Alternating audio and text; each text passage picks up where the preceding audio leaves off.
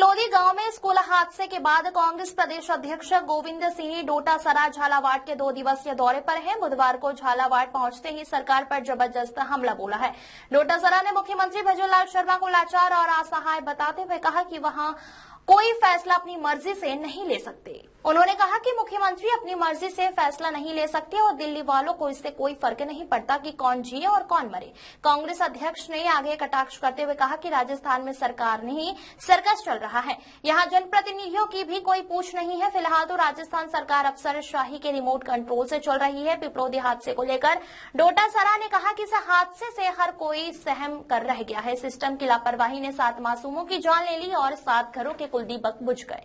सरकार यह स्वीकार करने को तैयार नहीं है कि उनके लापरवाही से यह हादसा हो गया है। शिक्षा मंत्री नैतिक जिम्मेदारी तो ले रहे हैं लेकिन इस्तीफा नहीं दे रहे हैं। शिक्षा मंत्री यह कह रहे हैं कि अब हम जांच नहीं कर सकते क्योंकि वह बिल्डिंग गिर गई है। सवाल अब यह उठता है कि आखिर वह बिल्डिंग आनन फानन में क्यों गिरा दी गई है।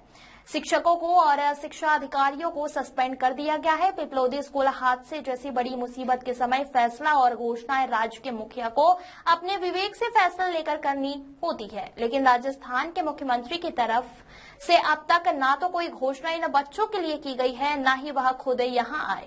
हादसे को इतने दिन बीत गए लेकिन मुख्यमंत्री ने ना तो यहां का दौरा किया, ना ही किसी सार्वजनिक सभा में झालावाड़ के हादसे पर दुख प्रकट किया।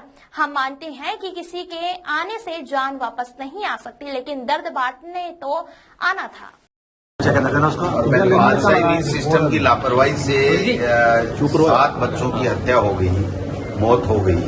ये हमारे लिए, सबके लिए, मैं कोई पार्टी की बात नहीं करता, सबके लिए एक बहुत ही गंभीर प्रश्न चिन्ह है कि हमारे विद्यालयों में हमारे बच्चे 70 साल बाद में भी सुरक्षित नहीं हैं। तो निश्चित रूप से राजनीति से ऊपर उठ करके हम लोगों को ये सोचना चाहिए, कहीं न कहीं एक मत होकर के इस तरह की व्यवस्था हो कि आने वाले समय में इन बच्चों के साथ में किसी तरीके का, इस तरीके का कोई पुनरावृत्ति नहीं हो हादसों की। ये हम सब लोग इसके ऊपर जब राजस्थान की विधानसभा भी आएगी तो हम लोग इस पर चर्चा करेंगे। मैं आज आया हूँ, मोहन भाया जी, जिलाध्यक्ष जी, सुरेश गुर्जर जी, हमारे विकास चौधरी जी, सीएल प्रेमी जी, तमाम लोग साथ आए हैं। हमने 5 जो बच्चे और बच्चियां हैं इनके परिजनों से मुलाकात की है। ये अस्पताल की व्यवस्थाओं से संतुष्ट हैं, इलाज से संतुष्ट हैं। जो बच्चे चले गए, इस दुनिया में नहीं रहे, मैं समझता हूँ कि उन पे क्या बीतती होगी ये वो ही जान सकते हैं, लेकिन हम सब उनको इस वक्त संबल प्रदान करने के लिए आए हैं, कोई राजनीति करने के लिए नहीं आए हैं। हम तन मन धन से जो सहयोग होगा इन परिवारों को देंगे। और विशेष रूप से मैं ये कहना चाहता हूं कि अब समय आ गया है कि हम राजनीति से ऊपर उठ करके इन सब के लिए एक संयुक्त रूप से हमारे विधानसभा में हम हमारे स्पीकर साहब से आग्रह करेंगे कि चर्चा कराई जाए और भविष्य में इस तरह की दुर्घटना की पुनरावृत्ति नहीं हो, दुर्घटना नहीं हो, इस दिशा में हम लोग काम करेंगे। आज हम उन जो 7 बच्चे जिनकी मौत हो गई उनके परिवारों से भी मिलेंगे और हर संभव सहायता सरकार से भी आग्रह करेंगे और व्यक्तिगत रूप से भी कांग्रेस के कार्यकर्ताओं से अभी आग्रह करेंगे कि इनकी मदद करें और हम तन मन धन से इनकी मदद करेंगे। और पुनः कहना चाहूंगा कि समय रहते अगर सरकारी सिस्टम, सरकारें इसको ठीक कर लेती तो यह हादसा नहीं होता। इसलिए इससे हमें सबक लेने की आवश्यकता है कि भविष्य में इस तरह के कोई हादसे इन विद्यालयों, ये मंदिर हैं हमारे, इन्हीं से कल का भारत निकलेगा, इन्हीं से हमारा आने वाला भविष्य है। तो मैं समझता हूं कि मुख्यमंत्री जी को भी आना चाहिए। क्यों नहीं आ पाए, उनकी इतनी क्या व्यस्तताएं हैं या उनके कोई खौफ है, डर है, भय है। यहाँ के लोग बहुत अच्छे हैं।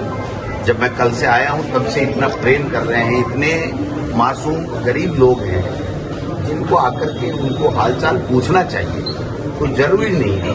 शुरू में 2-3 दिन तक माहौल ऐसा था कि उस समय अगर हम लोग आते तो ये लगता कि ये राजनीति करने के लिए आए हैं। फिर बरसात अतिवृष्टि हो गई तो मुझे लगा कि मैं जाकर के आऊं एक जिम्मेदार पार्टी के मुखिया के नाते, और हम सब लोग हमारे जितने भी जनप्रतिनिधि आज आए हैं।